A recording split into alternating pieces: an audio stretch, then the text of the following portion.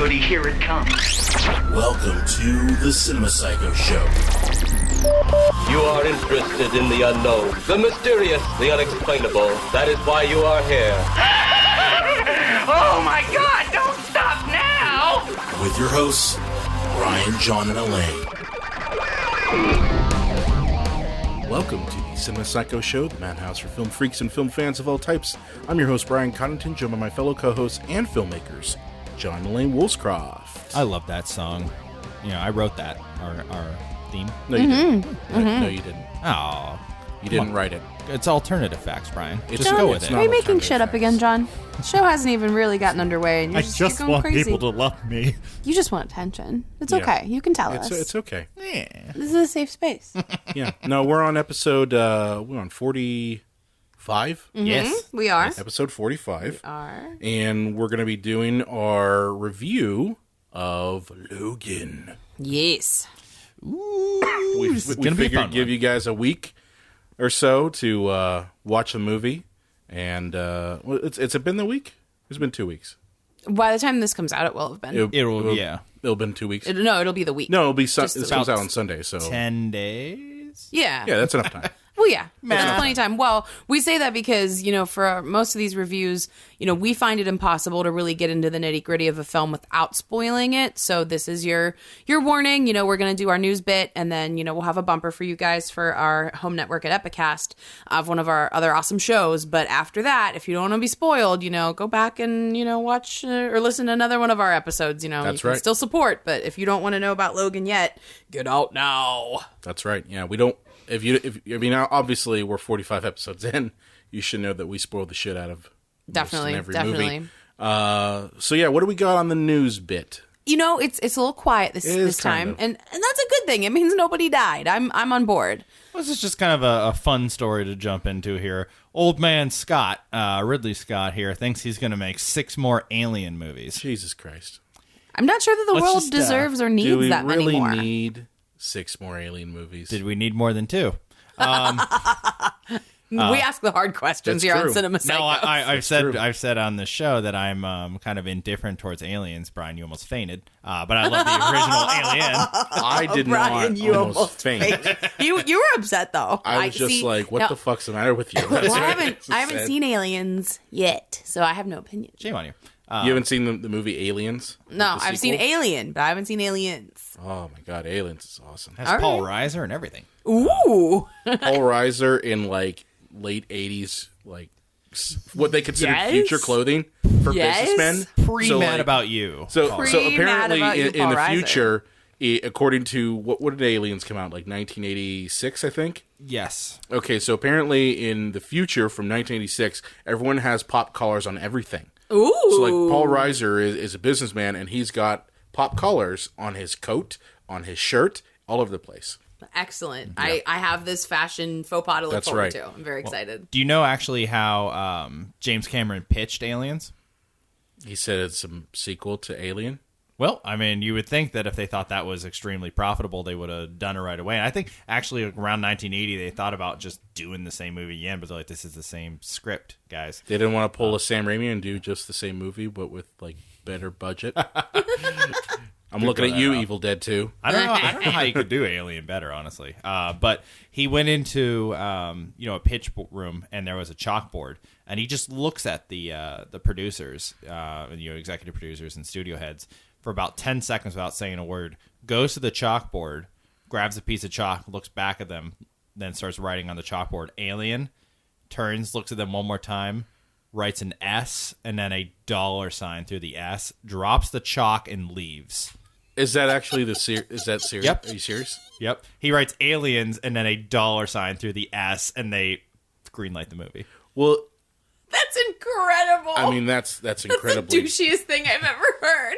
that literally So is awesome. the douchiest thing I've So ever heard. awesome. That's badass. Classic Cameron. No, that's badass though. Like It I is think badass. it's badass It's because true. he wasn't wrong.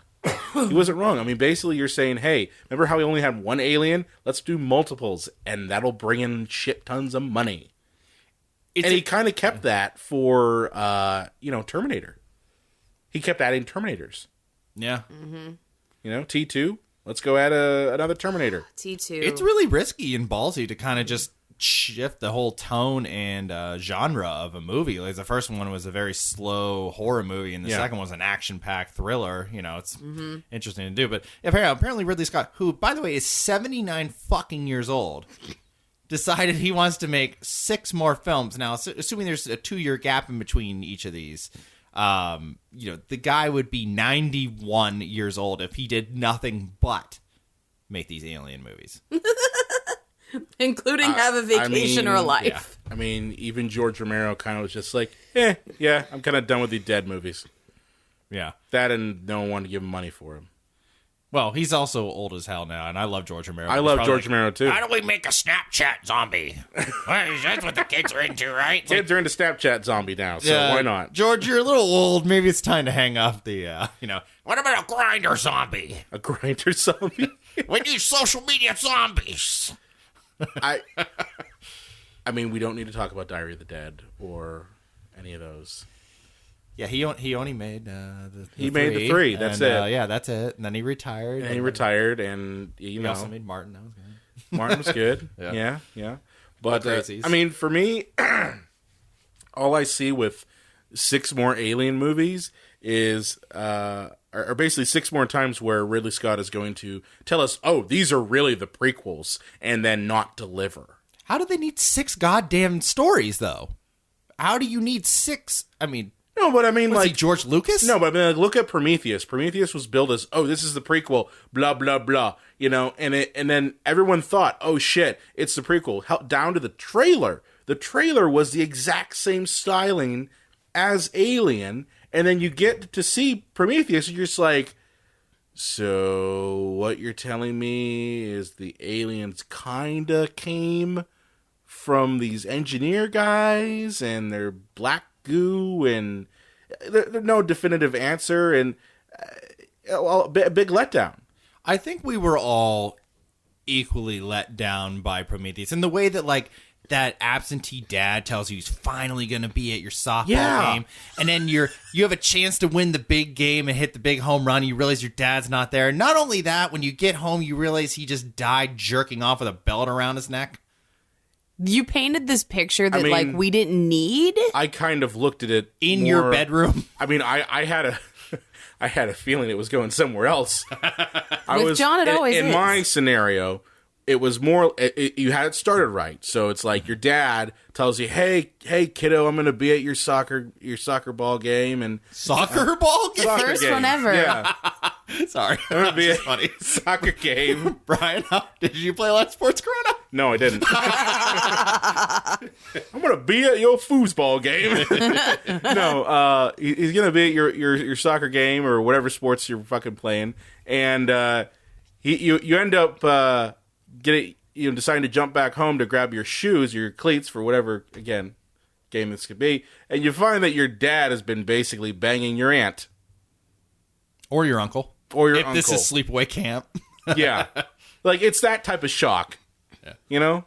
Like, I thought one thing was going to happen, and the exact polar opposite happened. Maybe he's having consensual sex with your brother.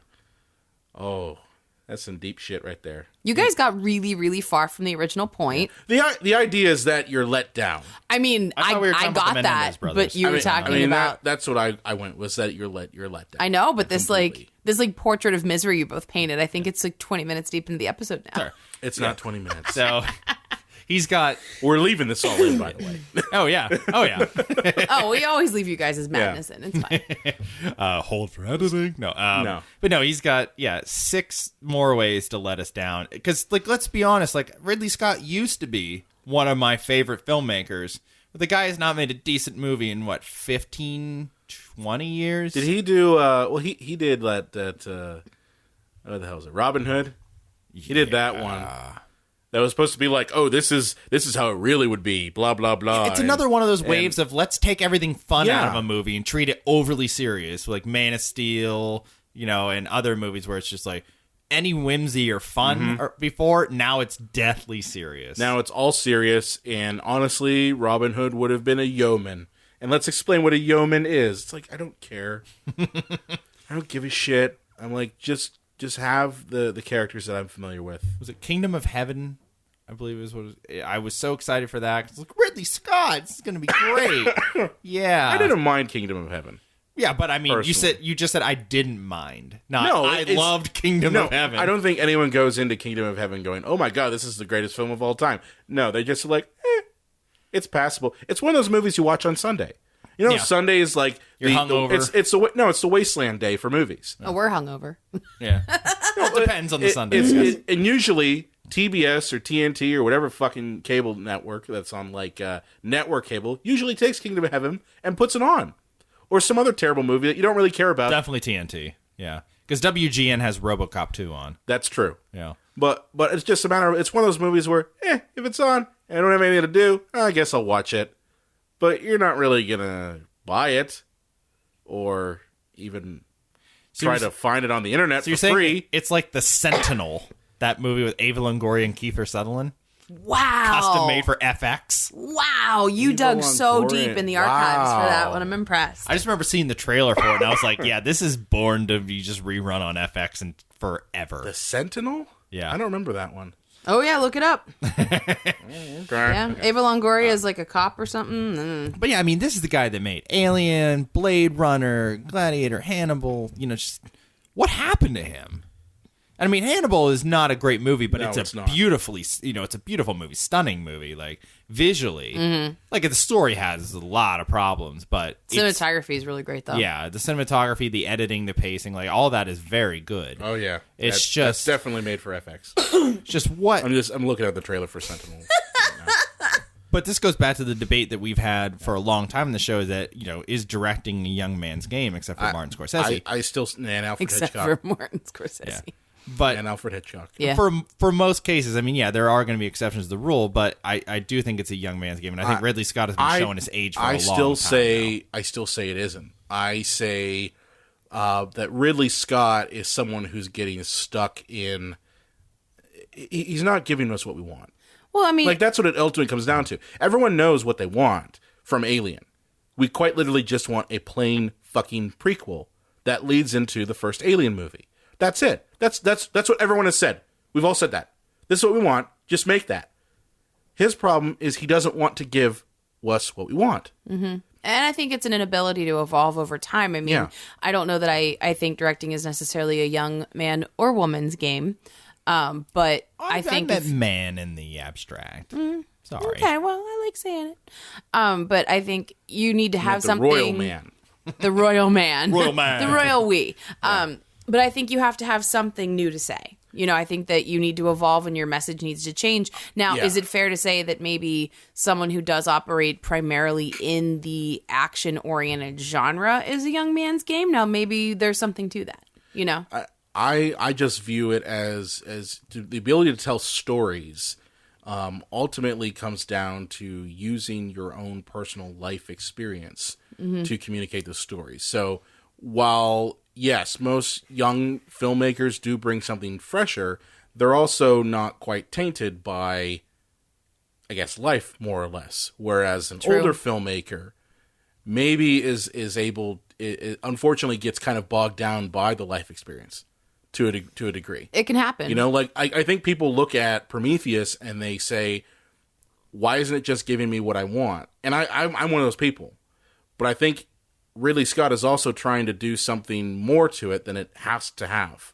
He's injecting more to a movie that doesn't need to have it. I could see that. You know what I mean? Like, he's trying to add more meanings onto something that, honestly, it's just a fucking franchise movie about, scary aliens. That's Right, it. Right. And that's just what and the people want a prequel. They just want to die in the wool prequel.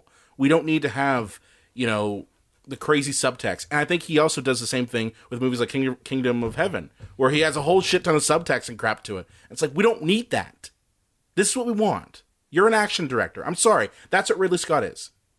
First and foremost. Not as much as his brother. Not as Tony much as his Scott brother was. Tony Scott was. His brother Right, Tony that's Scott true. was a die-in-the-wool action director. But honestly, what's Ridley Scott known for?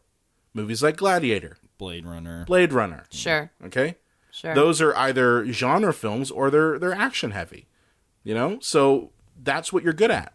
You're not going to be Scorsese. It's just not going to happen. Yeah. He's not going to be Francis Ford Coppola. Although that goes to my point. When's the last time Coppola's made anything? He's making remotely wine. He doesn't need to make any movies. And his wine is really good, by the way. Have you ever had Coppola wine? I have, yeah. And Really I'm not overly a wine guy, but it is pretty yummy. He really knows his wine. Excellent. But the fact that there's 6 of them is what I find ridiculous. Be like, hey, do you like chocolate cake? Yeah. I'm going to bring you 110 of them. No, I don't need that many cakes. What the hell's wrong with you? It's like any movie. One would be fine. What James Cameron told you he was going to make 6 Terminators, or Robert Zemeckis said he was going to make 6 Back to the Futures. Like, You would be deeply into that, though. no, I wouldn't. It's just overkill. It's too much. George Lucas said he was going to make 6 Star Wars movies. Yeah. Yeah, and then he made 3 of them and we went, you know what, George? Time to retire, buddy. We're good. This is too much Just chocolate saying. cake. So Right. Well, I imagine that's this what's one new. that's coming out is going to make barely a profit, and they're going to be like, yeah, you know what? We're not making 6 more. Well, you know what? I mean, I saw the trailer for the newest one, and they did have the xenomorph in it. Ooh. So, I mean, maybe he is listening, Maybe. but I don't think it warrants 6 of them. I don't either. I think it's, like John said, I mean, just for the scope of the rest of his life, I think it's way too ambitious of a plan anyway. Maybe we should do an Alien web series. Ooh. There you go. There you go. Well, I mean, they do have Michael Fassbender in it, which is epic casting. And speaking of epic cast, perhaps we should have a word from our sponsor. And he's back, ladies and gentlemen. And then he's we'll be back. So yeah, we will return after this message from the good folks at Epic Cast. Think of me during break.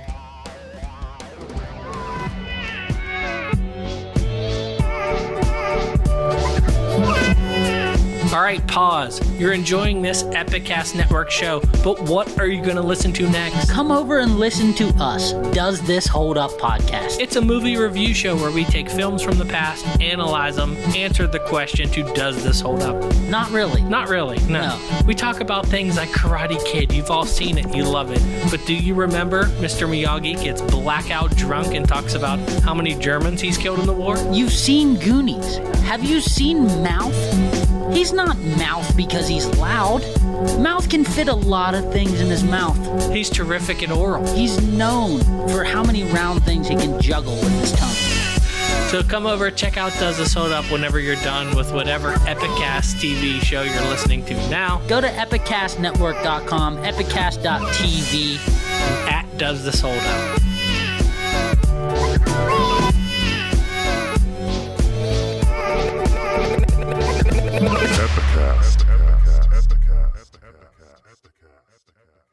And we're back. That was a message from our network, the Epicast Network. Kind of weird to say it that way, huh? Our parent network. network. Our mommies and daddies. That you made it so Our creepy. mom- you That just was made it so really incredibly creepy. I mean, Nick and Buzzy, I don't know, would they be our mommies? And I call them daddies? mommy. You call them? Both of them, yeah. Both of them are man. mommy. I have 2 mommies. Oh man. Well, anyway, that was word from how does this hold up? Does this hold up? Yep. I just tripped on my words. Those guys. Awesome but guys. yeah, they cool. haven't put out a new episode recently. I'm kind of looking. I'm Not Definitely, cool, brah. definitely. cool. I want to check out the next one. Yeah, ready. We're ready for it. So, But yeah, yeah. so Find Shall them at we- the epicastnetwork.com. definitely. So, gentlemen, shall we? We shall. All right. So, John has been dumping his ass about this movie ever since it was first announced. Okay. So, we have finally seen Logan, and we have tons to talk about. I kind of wanted to talk a little bit about like the numbers and money, if that's cool with you guys. Yeah, Well, I think we absolutely. should do talk- Do you have numbers? I do. I have numbers. So Well, before we jump into that, should we just going to say our initial reactions for it?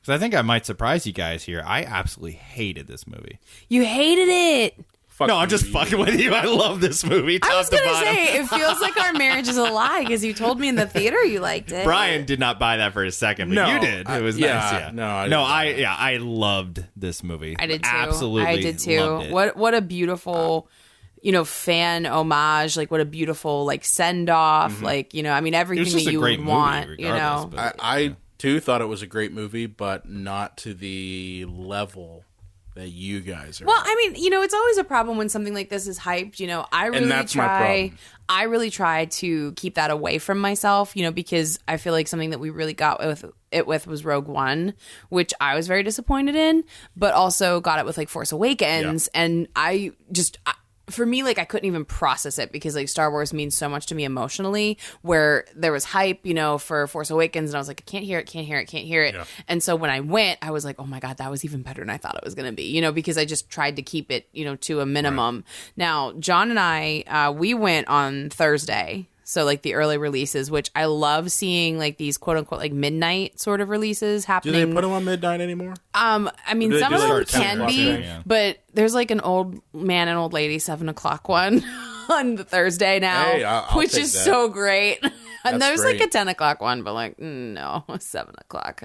Mima needs to be in her nightgown. But that's always appreciated. So keep those 7 o'clock ones coming. But yeah, I mean, we definitely... as a whole, I think have a lot to talk about, you know, as far as content goes. But I just wanted to discuss the money briefly because the budget was pitched lower than this type of movie usually takes and was shot for less successfully. Yeah. And also Hugh Jackman took less money to help persuade to persuade 20th Century Fox, right? Mm-hmm. To go ahead and make the film. Yeah. So the budget for this was $97 million. Which for a big budget film, comic book, quote unquote, film. Now, this is certainly an atypical comic book film, but what was Avengers? Was that like 200 million? Something like that. No, like they just, some ungodly those Marvel movies are usually about 200 million. I mean, they just like cut into Hulk and he just started bleeding dollar bills. Well, what's interesting is this isn't a Marvel movie; it's a Fox. Exactly. Fox so I mean, they would have had less, and they would have had less, you know, money and resources, I would think, to begin with. But they did manage to make the movie for $97 million, and so far its gross box office sits at $254.6 million. Is that domestic or worldwide or both? I think it's gross internationally. Let me just double check that because there's a lot of things I think that are more interesting about the numbers than you would guess. So it's already turned a profit, is what you're saying. Oh, absolutely. Yeah. So let me just see here real quick. Well, one thing I did want to talk about really fast, like we said, you know, we saw it on the Thursday night, and I think we're going to see this as a trend as far as, you know, movies kind of continue on. The thing that I think is really significant about its earnings is that Logan made $9.5 million on Thursday alone. Wow. And I think that's a really impressive. Interesting kind of footnote in all of this because, you know, people do love seeing a movie the weekend it comes out. Now, it went on to do $85.3 million its opening weekend. Jeez. So clearly made a lot of money in that sense. But what I wanted to contrast it with, and I think I've done this on the show before, but maybe not, it's always been my benchmark. So do you guys remember the movie I Know Who Killed Me with Lindsay Lohan? Yeah. It's 10 years old now. Yeah, it's so terrible. it's I want to 10 see years where you're old now. going with this. So this is always my benchmark of a very unsuccessful movie. It's basically like Ghost Dad, right? Is it? I don't know what that means. No, that you've heard of the movie Ghost Dad, right? No. With Bill Cosby? Bill Cosby. No. You never heard of Ghost Dad? Seriously? No, I've never heard of Ghost It's Dad. about a dad who's a ghost. I gleaned that. No, that's the whole thing. Is Bill Cosby basically kind of dies, Okay. and hijinks ensue as he's a ghost. Well, I'm dead. and he's trying to find his body, and he can't find his body. So that's why I say it's kind of like that movie. Yeah, kind of. I mean, the only thing that I wanted to say. You got to get on that. Watch a Ghost Dad, I by guess the way. so. So the one thing I'll say, I do believe that 256 figure that I just quoted, that I think that is worldwide. Okay. But it has reached upwards of over 100 million domestically. But one of the things I wanted to say about I Know Who Killed Me. So the movie's 10 years old. And it's my benchmark definition like of a flop. Like its opening weekend, That's pretty terrible. The whole weekend it pulled in $3.5 million. Jesus Christ! And to date, That was just Lindsay's Coke budget. that was so unkind. Starkly low. But it's gross domestic and gross, you know, overseas. Yeah. Entire movie, the money that this film has made in the 10 years since it's been out. Its entire profit is $9.7 million. Oh my god! So Logan made $9.5. Oh my god! In its Thursday early release. Yeah. And then, you know, just for comparison, I mean, obviously this was a pretty shitty movie. Like I actually did end up seeing that one, and it sucked because the premise seemed really cool, but obviously like was not executed in any way, shape, or form, satisfactorily. But that's sort of my benchmark, something that has like a $3.5 million opening weekend, makes no budget. In this case, like that movie did not make its money back, but I think that to see Logan do that much money in its first night, obviously a lot of people were out there like we were. And I think that as the trend moves forward, I think we aren't going to see those 7 o'clock old man showings go anywhere because obviously they made money. My benchmark for terrible, Cutthroat Island. Oh, the movie that'll bankrupt the studio. Yeah. I remember that. Rennie Harlan film that ruined everybody's career. Ruined literally everyone's career. Yikes. However, it's gross, $11 million. Whoa. Total. And what year was it Let made? me guess. 95. Its budget was 97 million. Or no, its budget was 71 million. 98 million. Wow.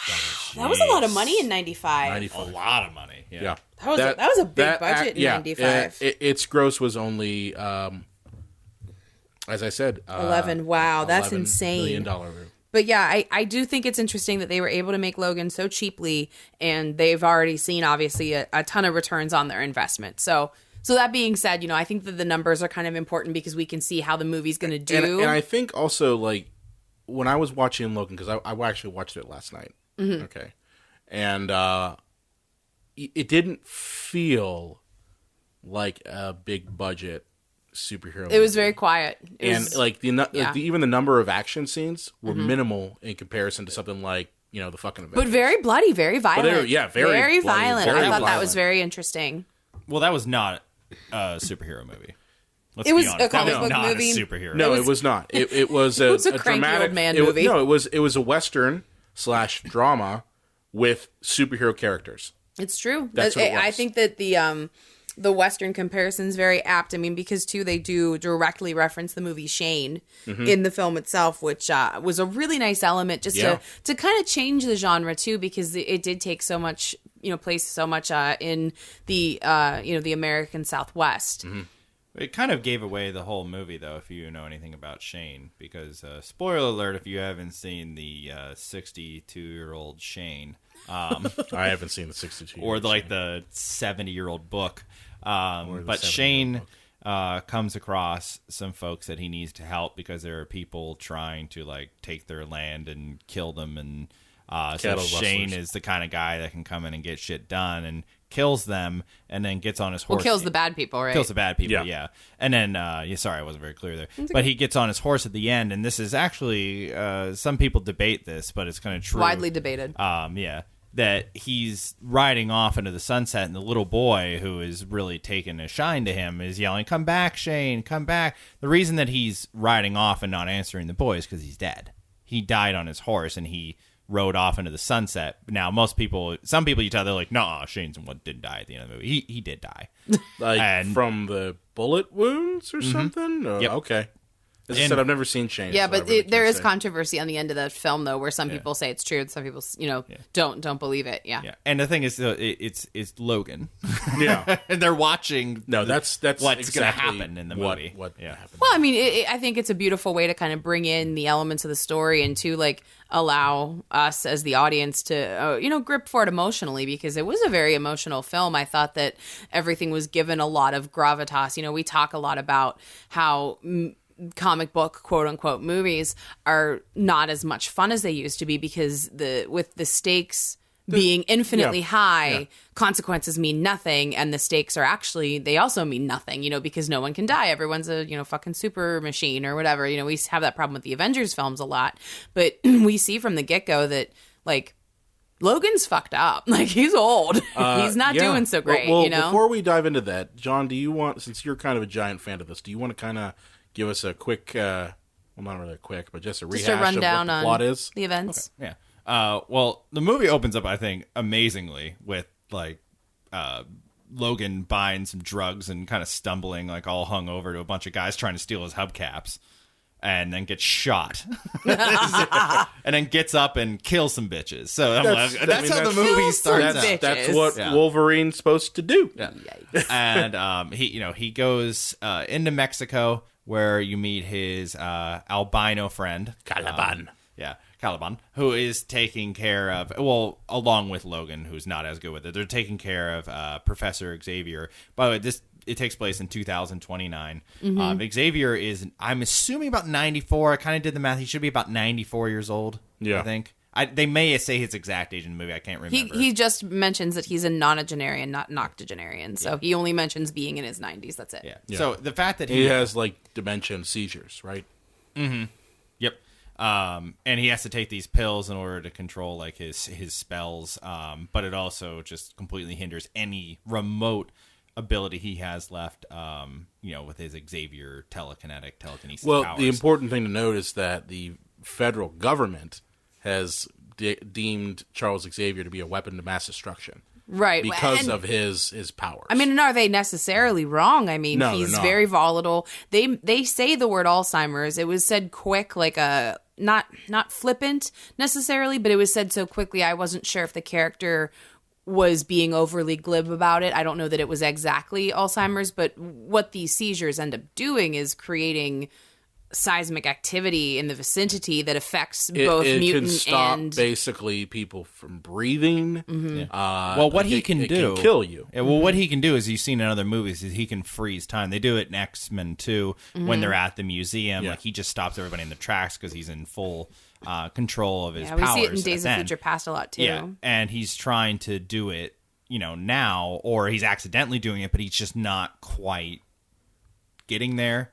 It's like when a VCR would try to run your tape, but like it's all broken, and then you just hear it like whirling and breaking apart. It also kind of reminded me of elements from the plot of X2, where Stryker tried to use Xavier as a weapon to target mutants, and ultimately Magneto used it to target humans. But it's the same sort of thing where Professor X's mind is able to cause real damage, and you figure someone who succumbs to some type of mental illness like dementia or Alzheimer's or whatever, even just normal aging, what does that do to someone's power? And that was my big takeaway from this movie, is that everyone talks about, I wish I had this superhero power, or I wish I had this mutant thing, if I wish I could fly. Well, no one talks about what happens after as you start to age. Yeah, what it costs over time. What's the cost of that?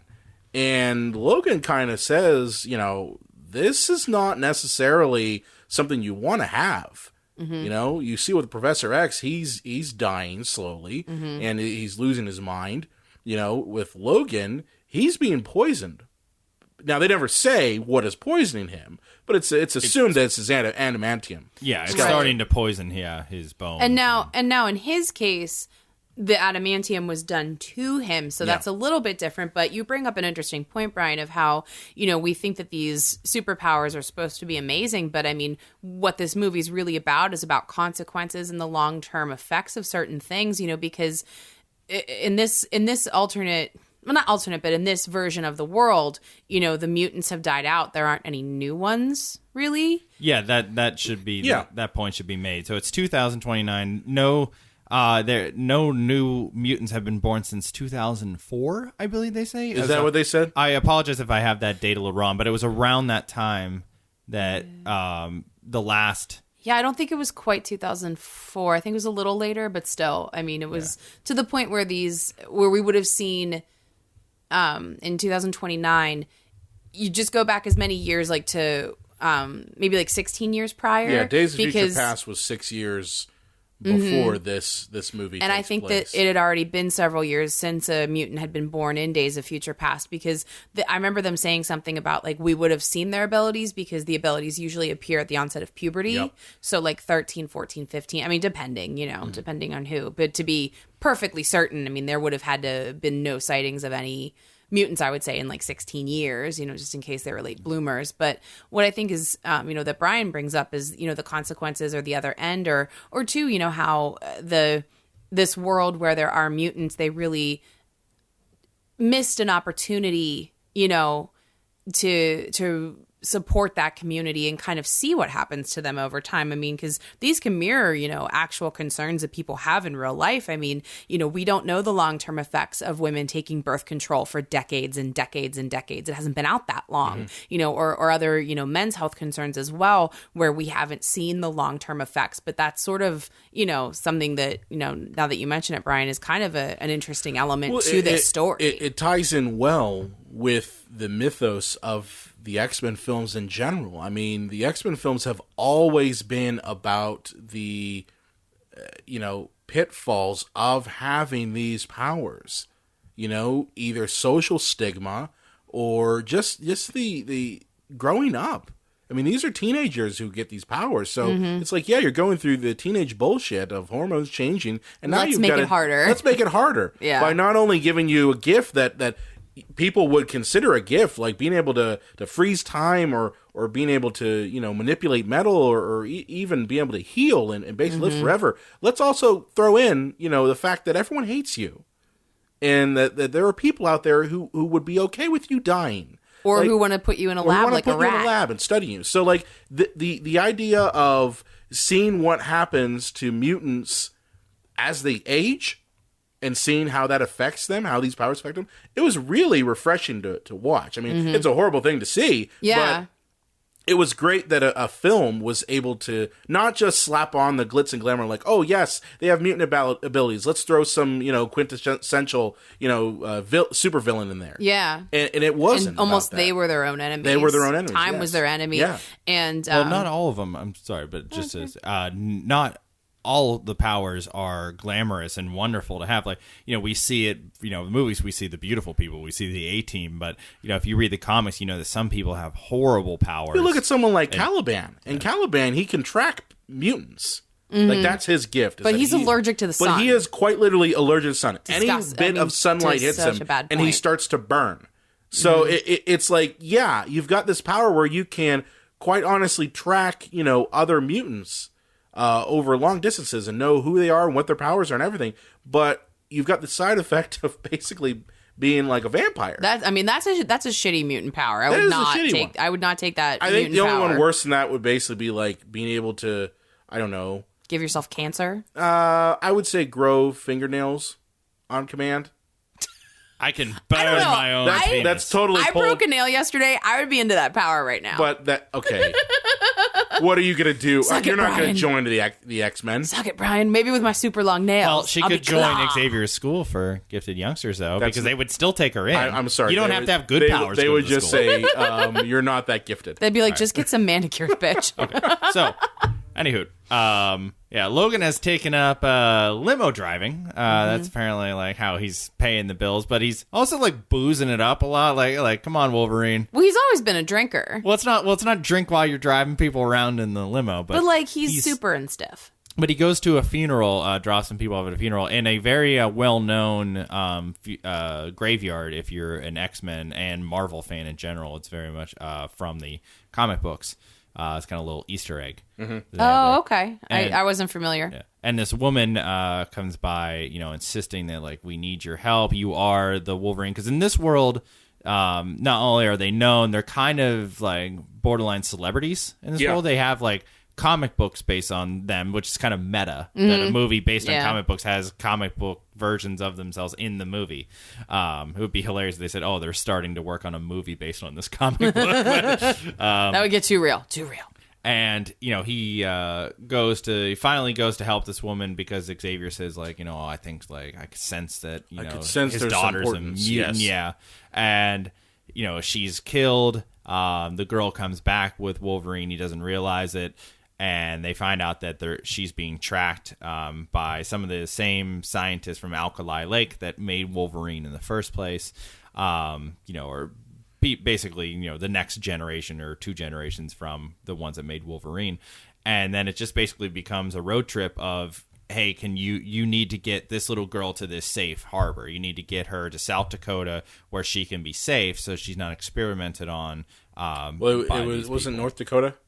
Was it North? It was North Dakota because it's right on the border. They need to get to it's Canada, North Dakota. yes. Yeah, not South Dakota. They didn't want to see Mount Rushmore. Yeah. No, they didn't want to say that. And so Wolverine thinks it's all a pipe dream because the exact coordinates he was given is taken from one of the X-Men comic books in the movie. So he thinks, oh, it's a load of crap. But, so basically they go on a road trip just because they need to escape being hunted by these folks. They're called Reavers. Yeah. And then, and eventually they do find their way to... they're what they call Eden. Yeah, to the north, the location, yeah. the safe place in North Dakota, and then it leads to a big old brawl at the end because they are found there. This whole time, one of the things I thought this film did really well is because the big problem with any X-Men story, whether it's comic book, cartoon, movie, whatever it is that both Wolverine and Xavier are infallible. Like, you can't kill either of them. Like, Xavier can do anything, and Wolverine can't die. So this movie handles both of those very well, that Xavier is near death and his mind is betraying him, and Wolverine is not healing like he used to. So there is genuine stakes in this one. It's not a sense of like, I can't get into this because nobody can get hurt. Wolverine could die and die at any time, and Xavier can't just mind trick his way out of everything. No. So that I thought that was actually very well done. Now, did we mention at all about Laura, the character of Laura yet? Oh, the young girl. No, I mean, we mentioned that she exists, but we haven't really gotten into her backstory. So the backstory regarding Laura is one, she has the exact same powers as Wolverine. And it isn't explicitly said in the beginning until about, I'd say, halfway through the movie. Including some toe pokers. Yeah. You find out that Laura is the daughter of Wolverine. Technically speaking. Technically. She's almost, I would say she's, they say daughter because they want to give it some gravitas, but isn't she really a clone? No, she's not. She's not a clone. She was created in a lab. She's a test tube baby. Yeah, she's a test tube baby. Did they have his semen? They had his DNA from the last X-Men movie. So if she was, remember the cutscene? DNA? Do you remember the ending scene from what the fuck movie was it? Apocalypse. I did not actually see the end scene of Apocalypse. You didn't stick around for it? No. Okay, so the end. We were disappointed. Yeah, I mean I was disappointed too, but I stuck around for the end scene. So the end scene, you have a representative from Essex Labs, and Essex Lab is the same laboratory run by Mr. Sinister. Okay, and he collects. Oh, I did hear about. He collects Wolverine's DNA at Alkali Lake, and it is inferred that DNA was used to create X-23, also known as Laura. So, in a sense, yes, he is her father, just not in the Wolverine banging way. Yeah, he didn't make any sweet babies with Jean Grey.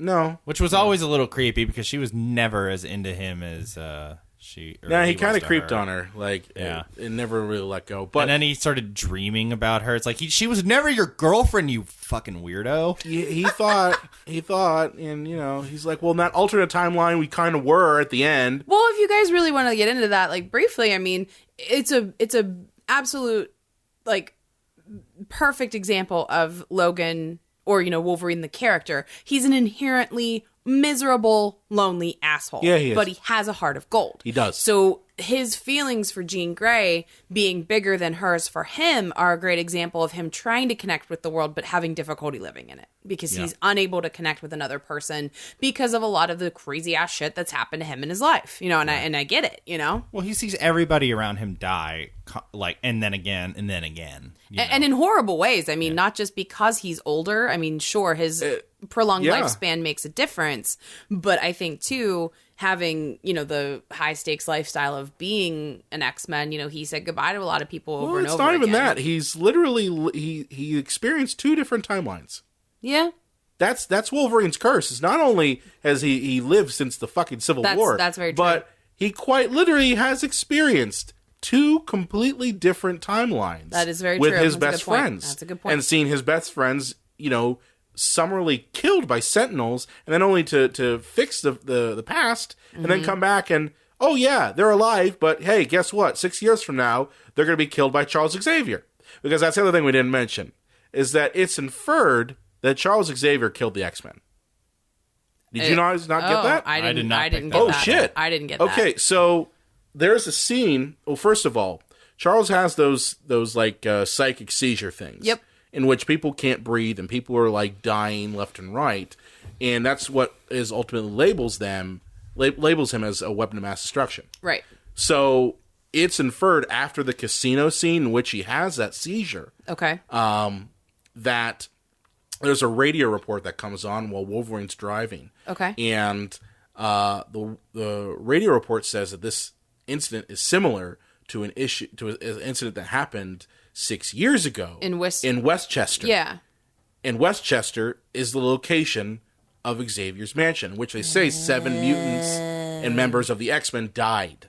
Oh, I didn't get that. I thought that there was like 6. No, I heard 6 humans. It was were killed. 6. No, it was 7 mutants died. Shit. Including members of the X-Men. That's when he cuts it off. Oh. So and that's ultimately why he's trying to Wolverine tries to keep that knowledge from Xavier, because if Xavier realizes that he killed his best friends, right? I mean, students and everyone, it would crush him, right? So. Right. Yeah, you guys didn't catch that. No, I thought he had killed humans, and that's why he was so upset. That ultimately is one of the elements they pulled from the Old Man Logan comic. Was that in the Old Man Logan comic, which this is not, I would call it based on. It's derived partially from it in the standpoint that very partially. Yeah, but one of the elements it did pull from it was that a mutant, killed the X-Men by accident. I see. So in Old Man Logan comic, it's Wolverine who is ultimately tricked by, I think, Mysterio to think that the enemies are in the mansion, and he ends up killing everyone. Oh, shit. And in this one, it's Professor Xavier. Got it. Which I think works better for this sort of thing. I don't think it would necessarily work as well, right? If Wolverine killed the mutants, Wolverine already has enough guilt and I don't think you really need to add that to it. Yeah, I agree. But yeah, I mean that element right there. I mean that makes it a different movie than just a regular superhero movie. And again, there's just so many elements to it where, I thought that the writing was very good in this. Yes, and I thought that the humor was spot on tonally. It wasn't goofy. It wasn't stupid. And it was levity. Like a nice break. Yeah. Every once in a while it would give you like a break from, because the movie's pretty gritty, pretty bleak. And some of the humor would just give you like a little bit of a break just for a second, which was great. And then I think like it was a nice change of pace from something like Avengers, where everyone's very quippy and pop culture-y and like, meta. Well, that's Joss Whedon's fault. Right. And I mean, I love Joss Whedon, but I think that is a failure of the Avengers. But too, I mean, to see like something like, X-Men Apocalypse, where I just thought the dialogue writing in particular was just so piss awful. It was nice to see Logan come around to where the dialogue actually felt natural, actually worked. It didn't make you laugh out loud for the wrong reasons. Right. I thought that was a really strong element of the film as well. Well, I could see a lot of people being turned off by this movie because it was so gritty and sad and unrelenting. Heartbreaking. It was heartbreaking. Violent and vulgar. I mean, those are all things that I loved about it. But, you go into a comic book movie expecting it to some degree be a comic book movie. And this wasn't in any way, shape, or form. I think that the studio did a good job of advertising that's the film we were going to see, right? Though. No, they didn't like throw on like a super happy fun trailer and get people to think, oh yeah, take your 10-year-old to this movie, because honestly, if you take your 10-year-old to this movie, you're a bad parent. I mean, the R rating on this, my I think, parents probably would have taken me when I was 10. Well, you would have begged and you wouldn't have shut up about it. I would have seen it on cable. Yeah, cable. Cable, gotta love cable. Censored it up. Cable. No, HBO. Oh, there you go. HBO, There you go. Cinemax. There you go. Yep. Showtime. I think this movie had the most respect for its audience that I've seen in a long time, because it did a select audience. Well, yeah, I think definitely people our age. People our age, but on top of that, people who have been following the X-Men movies for a while, because it did have a couple callbacks to a lot of things. It did. But I thought it had the most respect for their audience because it didn't spoon feed us everything. It didn't pander. How many times have we seen superhero movies, especially, where everything is explained? Everything is explained. I mean, I got done talking just now about how, you had to pay attention to really see that Professor X killed the X-Men. Yeah, how we and how you guys missed it. But also, like, it's never explained. It's inferred that it's his adamantium, but it's never said it's expressly that. I mean, I was looking at a couple videos of people's theories on it, and there are some people who were saying like, well, it might be his adamantium. It might also be an alternative events from the movie The Wolverine, in which he also was poisoned by Viper, and it's like, since the timeline changed, did that change? Did the outcome from that change? Maybe. So, I mean, it's not completely spelled out for you like everything. You have to, and it doesn't need to be. No, it doesn't. It treats its audience with respect, and that's what I think a lot of people like from it, who are looking for something more than just the usual, spandex fare. Absolutely, that you get and out I of think most this movies that are superhero based. Yeah, and I think that this movie too was another good installment of the we can make a comic book movie phenomena, because Thanks I mean, to yes. I always want to say Daredevil for some god awful reason. Deadpool. Yeah. Yeah. But it wasn't as goofy as Deadpool. Well, no, I mean, a lot of, I think, like, what got, Deadpool the rating that it did was because, like, there was, like, bare butts and, like, very, like, jokey F-bombs it was true and stuff. to the character of Deadpool. Absolutely. That's, that's what it is. And Of course. I think that's what people can pull away from Logan, is that this movie is true to the character of Wolverine. Absolutely, because, you see a character like Wolverine, that dude says the F word every other word. yeah. Like, he's a hateful bastard. You know what I mean? Like, And he has knives growing out of his hands. You are going to see a lot of violence when he takes guys out. yeah, well, to see him, use the claws and actually see, like, the blood and loss of limb result from the claws for a change, like, that was a big change from what we've seen from Wolverine in the past, because the best we've gotten is PG-13. Well, the best we've gotten has been like, oh, stabby stab, stabby stab, stabby stab, no blood. Yeah, exactly. Well, I just, I remember, when you saw Batman doesn't kill, and, except for a few times in the Burton movies,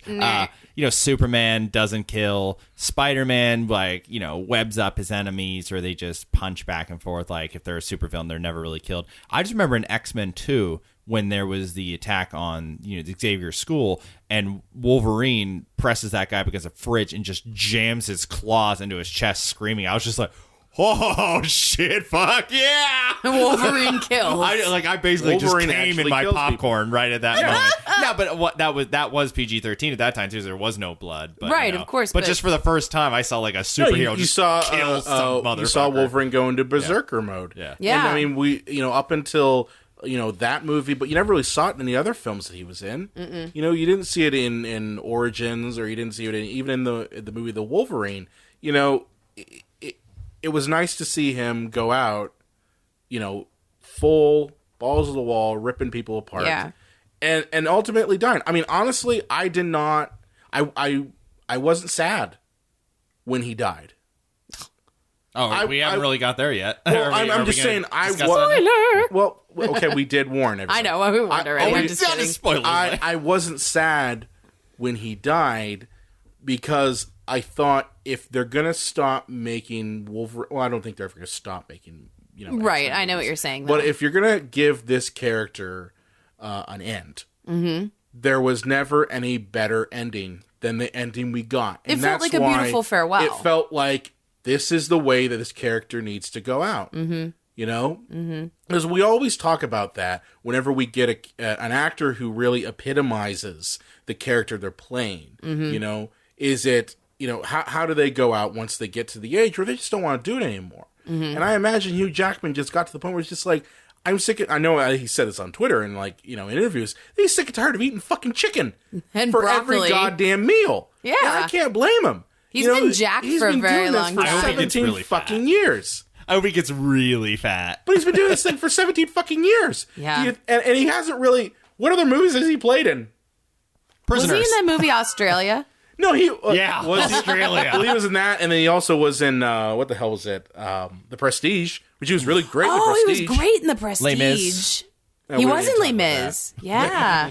But it's still a matter of, all he's really been doing for 17 years has been playing Wolverine. It's a big part of his career, and I mean, I don't blame him, especially now. Like, he is 17 years older than he was, Yeah. and he probably wants something different out of his he work. wants to eat you know, cake. The man, literally, I imagine the man's just like, listen, I am going to dive into a giant piece of chocolate cake The minute I'm done with this thing. Ridley Scott has 6 He does full have chocolate 6 full cakes chocolate for him. cakes I for never. him. That's too much, Mike. I don't But need that much. I guess I just didn't feel sad because I'm like, this is the way this character Well, should when have it's gone that out. satisfying, there is a lot of emotions that you can have, but I mean, being satisfied and understanding that it's wrapping up in a very, beautiful and culminating way, it has its own kind of, closure to it as well. I really hope that, and I know this isn't going to happen, but I really hope that Fox kind of stays away from Wolverine for a little bit. Mm-hmm. Like I know that we're kind of in the age of where we have 2 old Spider-Mans now. So weird. With only a couple years between them. So weird. And the same thing with Batman, where there was only a couple years between Bale and Ben Affleck. I really hope that Fox kind of stays away from Wolverine for a little bit and gives it the time it needs before it starts to dive into it again. Sure. Just because I think if in, 2 years, you see a new Wolverine movie pop up and it's somebody else, it's going to make this ending kind of cheapened. Well, and it would be so strange, too, because like you said, I mean, he's played this character for much longer than any other single actor has played, a prominent comic book character. But, too, to tell, speaking of epitomizing, a character, I'll tell a funny story on me. John and I sat through Logan to see if there was a cutscene at the end. No cutscene? No. And we were all real, everybody in the theater was like, "Aw," when it just, the lights came up. But I was looking just idly through the credits and stuff, and it said dialect coach to Mr. Jackman, and I was like, what do you need a dialect coach for? Because and I was he's like, Australian. I forgot because he's epitomized Wolverine to me for That's so right. long, and he's been so good at the character. That's right. I literally forgot the dude was Australian.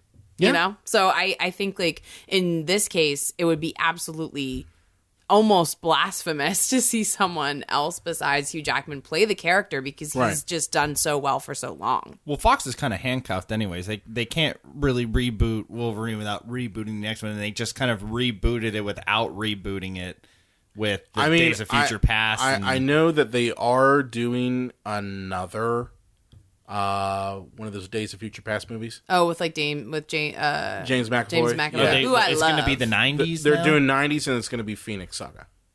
Okay. But what? Yeah. How You can tell the nerd levels. Fox needs money. It's just the continuity is just so fucked up. Don't neckbeard on me. I mean, I will say this. Fox does have room for more X-Men movies. I mean, there is an entire new continuity that's been created It's true. But how from am I- Days of Future Past. But how am I supposed to get emotionally involved in a movie when I know that all these X-Men are just going to die in 2029 or well, it was 3 years earlier, right? 25 or whatever. It's like, Well, they're all you know gonna when they're die. going to die. You know when they're going to die now. Yeah, because we already saw that. You saw the beginning, we saw the end. Now let's get to the middle You part. Fox, you idiots. We need more money. Need more money. It's a damn Apocalypse mess, but- didn't do as good as we hoped. I know. You got to Yeah, compete with I that kinda- Marvel. Yeah. but- Obviously, X-Men is my probably after Batman, my favorite Sure. comic book genre growing up. So just kind of rank them in my. Do we have a personal ranking? rank? Yep. We have a Okay. ranking. And now this is a ranking of these films. I just want to say for what kind of films they are for being comic book movies. I'm not saying overall, from a film special. So Okay. some of these, get very high marks, but it's for the kind of films that they are. All right. So the first X-Men, I'd give about a 7.5 out of 10, 7.5. It had its faults, but my God, they had nothing to go from unless you count Blade. They were true. kind All of they had was an Blade. uncharted territory at the time. They kind It's of true. started the whole comic book genre, You wouldn't have Batman Begins or Dark Knight if it wasn't for X-Men. It's very true. or even Spider-Man. Or even Spider-Man. Mm-hmm. Yeah. X2. Oh, speaking of James Cameron, by the way, did you guys know that he almost rebooted Spider-Man? Or not rebooted, but started Spider-Man? Really? But the whole project got dropped from Cameron's perspective, and then Raimi picked up. X2, solid 10 out of 10. I think in terms of comic book movies, you can't do much better than X2. You can't. I know some people have their issues with it, but I love it. X-Men Last Stand, I don't hate it as much as everyone else, but I don't like it either. I'd give it a 6 out of 10. Okay. Probably more generous than most folks. Origins Wolverine, 5 out of 10. I don't think it's the dumpster fire that everyone says it is, but it's still pretty bad. There was a pretty cool helicopter fire in it. You know, speaking of like how Logan like had very realistic action sequences, and then you look at X-Men Origins Wolverine where he's flying off a motorcycle 40 feet in the air to take a helicopter down to And the everyone ground. knows you could start fires on gravel with your claws. It's not like there's As you dirt do. underneath the gravel. First Class, I thought it meandered a little bit, but I'd still give it 8 out of 10. The Wolverine, other than, you know, some problems in the third act, I'd give that 8 out of 10 as well. Days of Future Past, 7.5 out of 10. Apocalypse, 4 out of 10. And I would give Logan, just like X2, I'd give Logan 10 out of 10. It was, I mean, it was a great film. We didn't go through every single detail. We did allude to the death of Logan himself, but Professor X does die in this film again. Both of these were just really We didn't talk heartbreaking about moments. that part. Did we want to hit Do you on want to talk about the Wolvie's big twin? bad? Yeah, so Jimmy too. Yeah, so while they're being pursued, they've Jimmy too. the bad element of the story, the villains have created a second Wolverine, and Well, he's there's a reasoning prototype. why they're doing it. Yeah, he's a first prototype, of all, this right? this company, he's a prototype, but this company called Transigen, the whole methodical plot, the that whole thing, is basically they were the ones responsible for killing all the mutants. Okay. They put basically a mutant killing cocktail inside of corn syrup, and corn syrup's used in everything. And that over time, that's what caused the birth rate of mutants to go down. Oh, that's crazy. That's a throwback then to the people that they befriend who have that corn farm. That's right. That's crazy. So that's the reason why there are no mutants, is because this company got rid of them. Okay. Not necessarily to get rid of all the mutants like every other villain has done, but they wanted to create their own mutants that they could control And use weaponize. as weapons. So that's where Laura and the other quote-unquote new mutants that are talked about are brought up. And they're all children. They're all children. And the idea behind that is that if you start them with children, you can, mold them to be killers. But the problem is that they find out that that's not happening, that they're not being molded into killers, that they're resisting a lot of the programming. That's why they ultimately like the mental escape. programming. I mean, Mental they are programming. still children, They're even still though they're children. differently abled. So what happens if there's like vegan mutants with the corn syrup and stuff? I mean, corn syrup's and everything. Well, Maybe like raw diet. I mean, Literally you could still have corn. everything. raw diet mutants. Yeah. You could still have corn syrup and be vegan. Yeah. You just have to be careful about what's in it. ultimately, X-24 is Transigen skipping the process of going through kids and going straight to a soldier genetically made and manufactured to be full of rage. Right. And that's what the clone of Wolverine is he's literally rage personified. So, I mean, that's why they're trying to kill all of the kids, is because they don't need them anymore. Right. Just cleaning up after Cleaning their up project. after their project. Yes. Exactly. I like that they didn't focus too much on like Wolverine 2. Yeah. You know, it was part of it, but it wasn't like, okay, now we're going to have this huge end battle sequence on top of he was power basically station. It was nice because you had a physical villain and then also a mental villain. And those are the really good superhero movies have both. Lex Luthor is not a physically imposing type of villain. When he's done right, he's more of a mental villain. Now, ultimately, Unless it's Gene Hackman saying nuclear. Nuclear. It's nuclear. Come on there, Gene. Oh, come on. I love Gene Hackman as Lex Luthor, though. But, really the professor, Dr. Rice, Richard E. Grant, he's the cerebral villain. He's really the one behind everything. And his whole backstory is you find out that his father was part of the original Weapon X program. Wolverine killed him. Yeah. And kind of set him on this path of... Well, that was the dealing with weakest movement. part of this movie, was it not? The villains? Didn't we, they're kind of homaging their sister company of the Marvel Cinematic Universe in having shitty, forgettable villains? Well, okay, ultimately the focus of this movie wasn't the villains, it was Logan. Yeah. Right. I'm just saying, So the villains really it's were still just kind of like a Fault of the movie. You know, I would say they were better. They were on par with, say, Stryker. Stryker in the Wolverine series and the X-Men series is ultimately the best villain. You know, Magneto, you know, there are parts where he's good. But really, it's Stryker who's always been the better villain, at least in my opinion.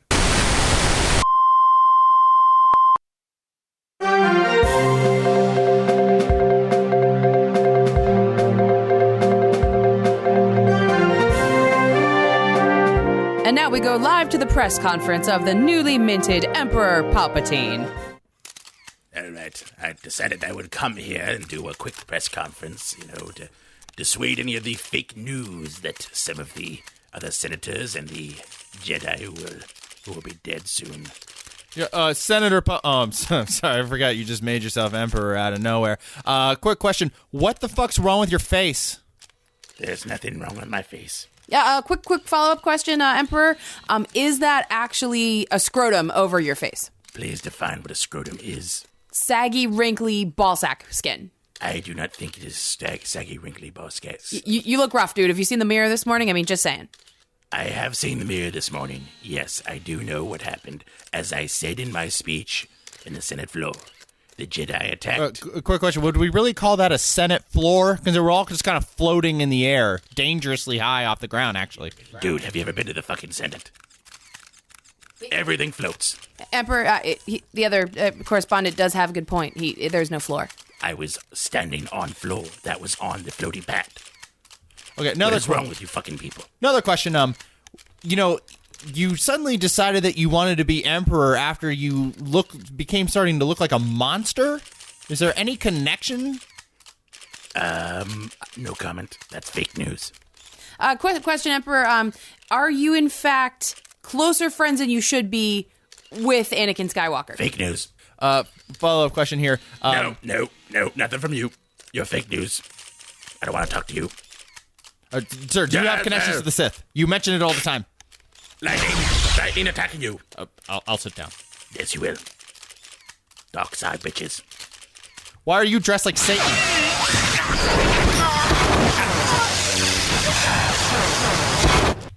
Intergalactic Breitbart News, why are you so awesome? That's a great question. I will now turn it over to my number 2, Steve Bannon. I believe you can answer the rest of the questions.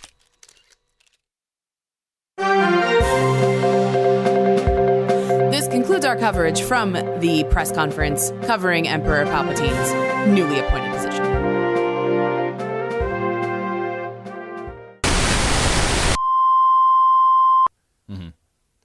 But I also, the only other complaint I could think of the movie is I thought the second act meandered a little too Just long. a little. A little bit. I agree with that. Yeah. I agree It with just that. seemed like small first act, small third act, Yeah. gigantic second act. I agree with that. It took forever to get where we were going. Now I posted on Facebook and Twitter today. I asked people, what mutant power would you want? Since we were talking about Logan. I only got one response. So what the fuck, guys? Come on. I am so sick Go of on. this shit. I always post on Twitter, on the Psycho Show Twitter page, and on Facebook every once in a while. And I need responses, okay? We need content here. I know. So I got one person's response. And this We're just going to start making it up. We're going to name people we know Yeah. that listen to the show. We're going to say your Yeah. name, and you're going to say, "Oh, I wanted the power to be a human dildo." And be like, "Wow, thanks, so and so. Like that was stupid." And Or I want the, like that. or we'll just be at complete and total assholes and just say, "Oh, you wanted the power to cure your impotence," things like that.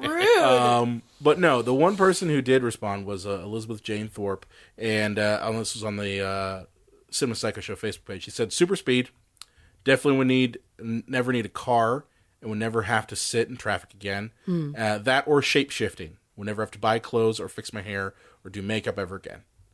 And she mentioned, that's a little sneaky. I don't know about that. Like people that Well- want to be a mystique, right? Well, I brought up just how hey.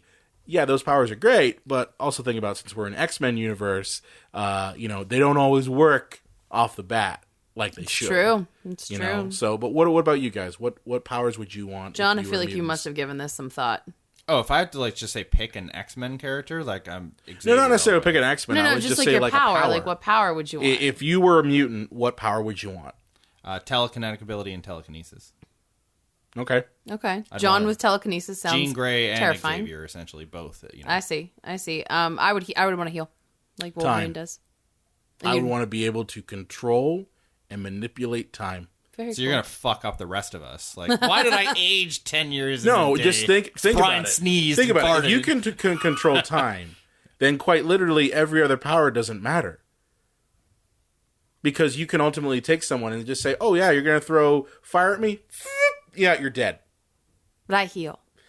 Well, still, Suck it, Brian. just like Wolverine, your healing powers might not last forever. Maybe. Well, and I can freeze you into position, sexually assault you, take a dumpski, have a bowl of soup, and kill you before you even knew what happened. Well, I could manipulate time so that you didn't even see I was there.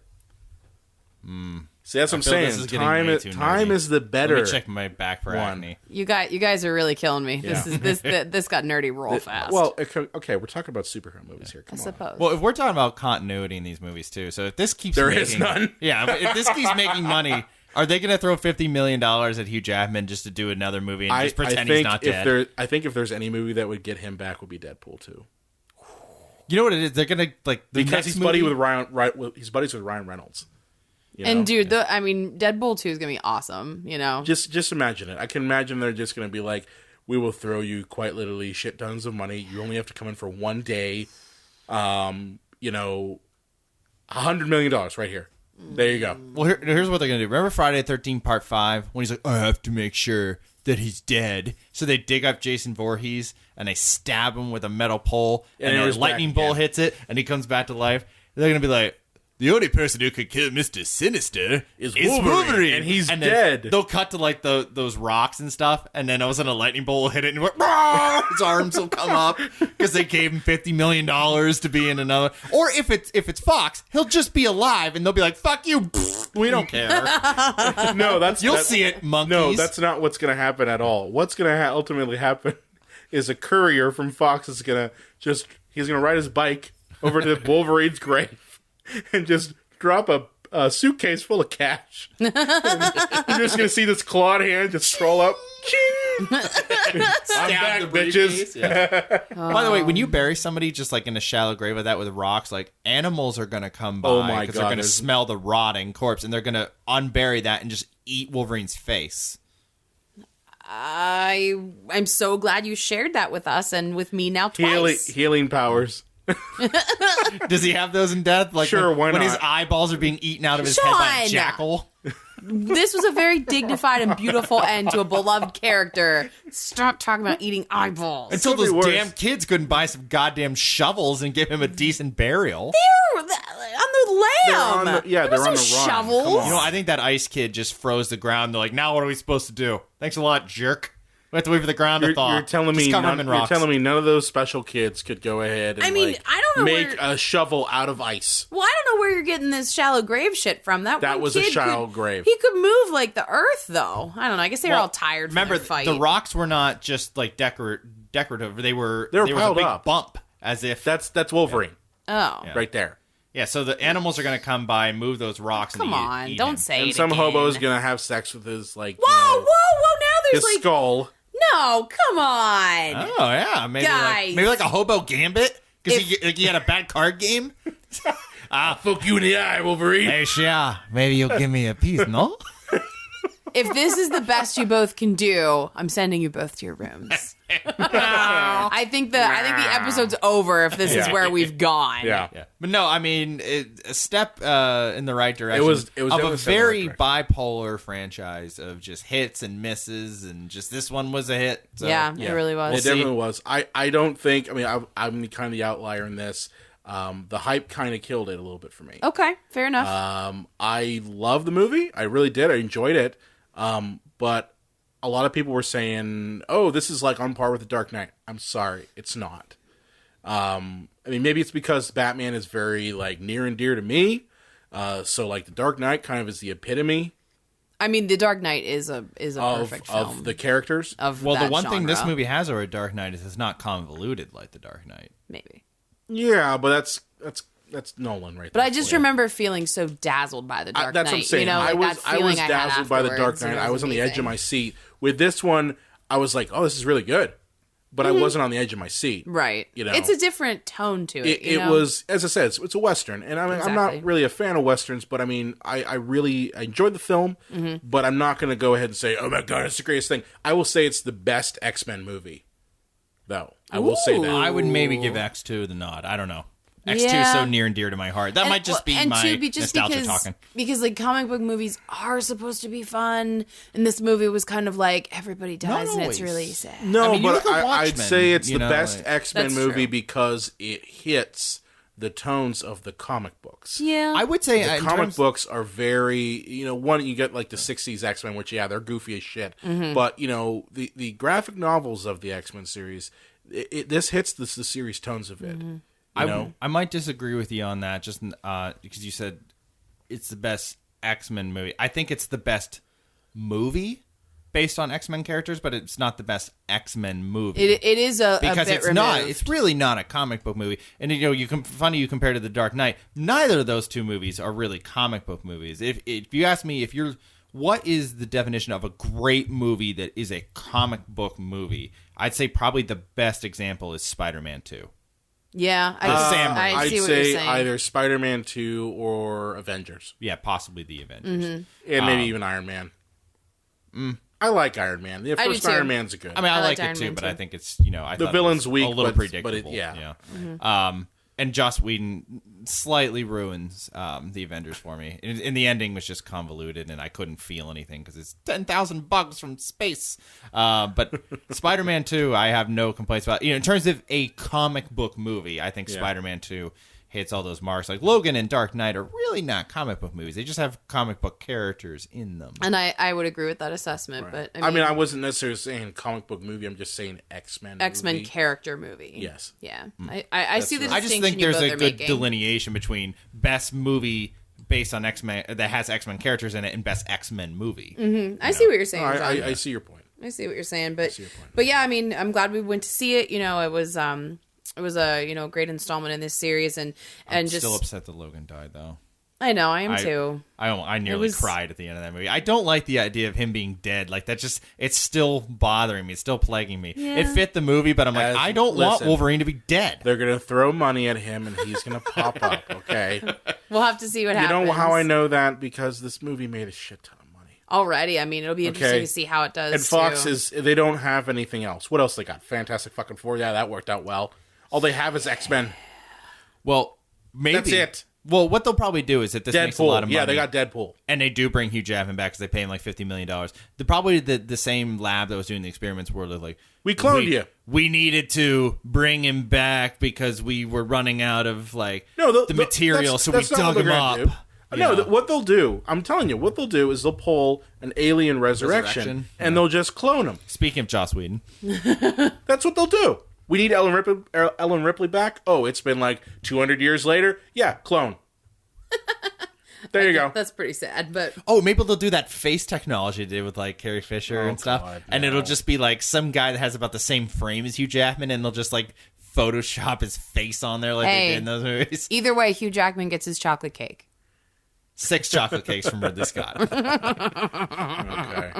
Well, I think we're gonna call it a night on that one. Be sure to like us on Facebook, Twitter, Instagram, Google Plus at Psycho Show. Elaine, where can they find you at on Twitter? I can be found at LA_Croft on Twitter. Okay, John, where can they find you at? The Unreal J Wolves. Feel free to DM me. I want to know your deepest, darkest secrets. Slide into his DMs. And you can find me at Brian Coddington, or I run the Psycho Show Twitter. You can also find us on the Epicast Network at epicastnetwork.com. If you have a favorite movie or question you want to throw our way, you can contact us at thecinemapsychoshow.com, and make sure to subscribe to us on iTunes and catch our new episode available every Sunday. And listen to the back catalog. Don't cheap out on us, Dawson. That was Hammond's mistake.